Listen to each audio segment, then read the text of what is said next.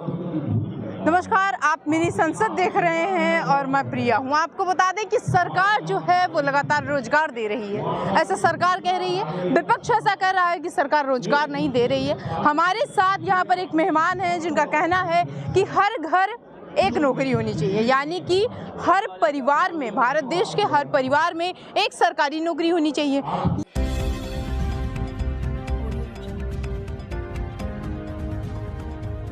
ये कहते हैं कि हम सरकारी नौकरी दिलाते भी। अब ऐसे में बहुत सारे ऐसे युवा हैं जिनको सरकारी नौकरी नहीं मिल रही है। वो सालों से 5-5, 10-10 साल तक तैयारी करते रहते हैं और बाद में उनको निराशा ही हाथ लगती है और कुछ नहीं। ऐसे में इनसे बातचीत करते हैं और जानते हैं कि आखिर क्या है, कहाँ से ये सरकारी नौकरी दिलाएंगे। क्या नाम है आपका? मेरा नाम अरुण कुमार है।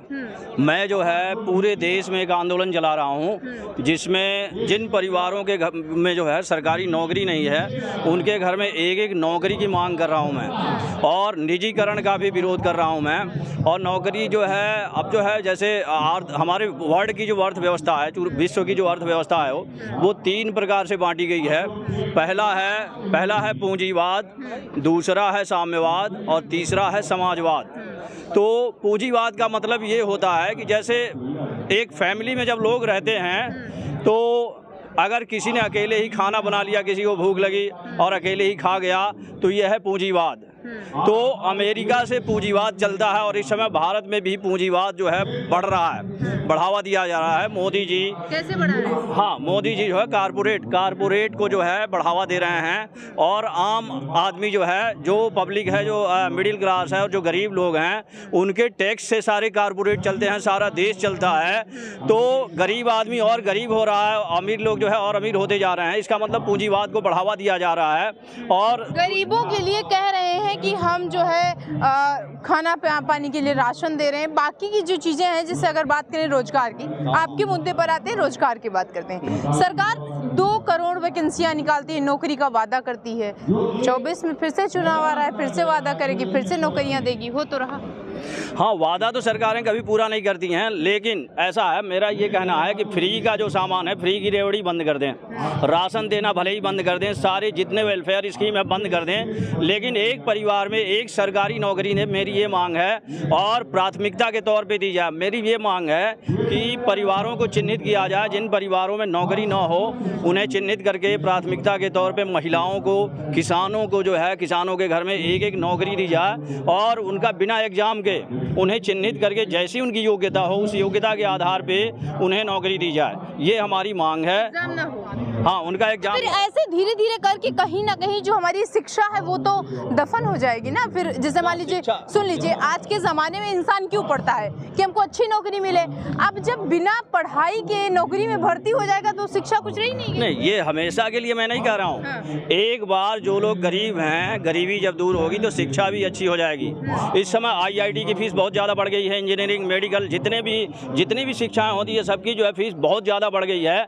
ऐसे में भारत में 90% ऐसे लोग हैं जो मुख्य धारा से अलग हो चुके हैं, अपने बच्चों को ठीक से पढ़ा नहीं पा रहे हैं, अपने घरों में जो है बढ़िया से शादियां नहीं कर पा रहे हैं, लड़कियों की शादी नहीं कर पा रहे हैं, कई तरह की समस्याएं हो रही हैं। लड़कियों की शादी के लिए सरकार जो है वो विवाह के लिए पैसे तो दे रही है। हाँ, वो पैसे सबको नहीं मिल पाते हैं, उसमें भी अमीर और गरीब का जो है बंटवारा हो जाता है, गरीबों और अमीरों का जो है भेदभाव आ जाता है। और दूसरी बात है, नौकरी ना मिलने की वजह से बहुत सी महिलाओं का जो है ऐसा हुआ है कि ओमान में, यमन में जो है यहाँ से ट्रैवल एजेंटों द्वारा तस्करी कर दिया गया है।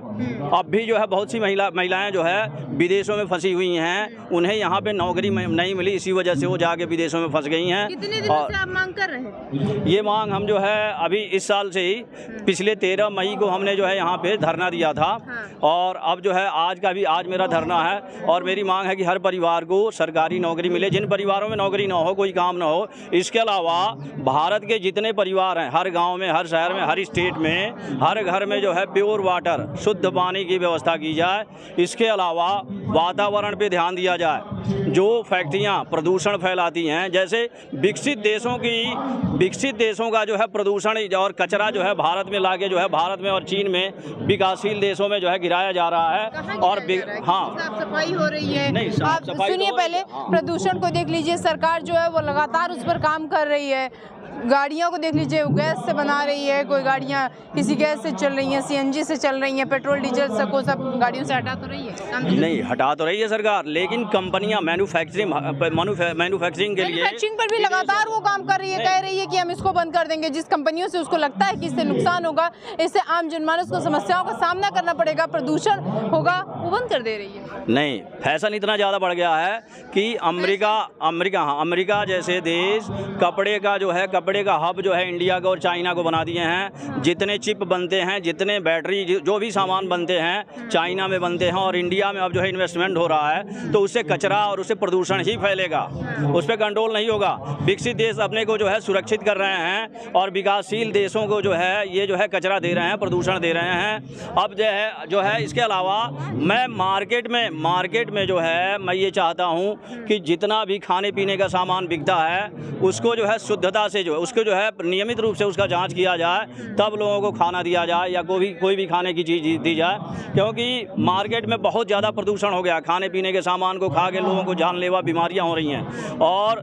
मेरी पहली जो मांग है, जिसमें नौकरी की मांग है, उसके लिए मैं एक बार जो है एक कविता बता रहा हूँ। एक गाना है, नीरज जी ने बोला था, वो वास्तव में गरीबों पे इस समय जो है वो लागू हो रहा है। वो क्या है?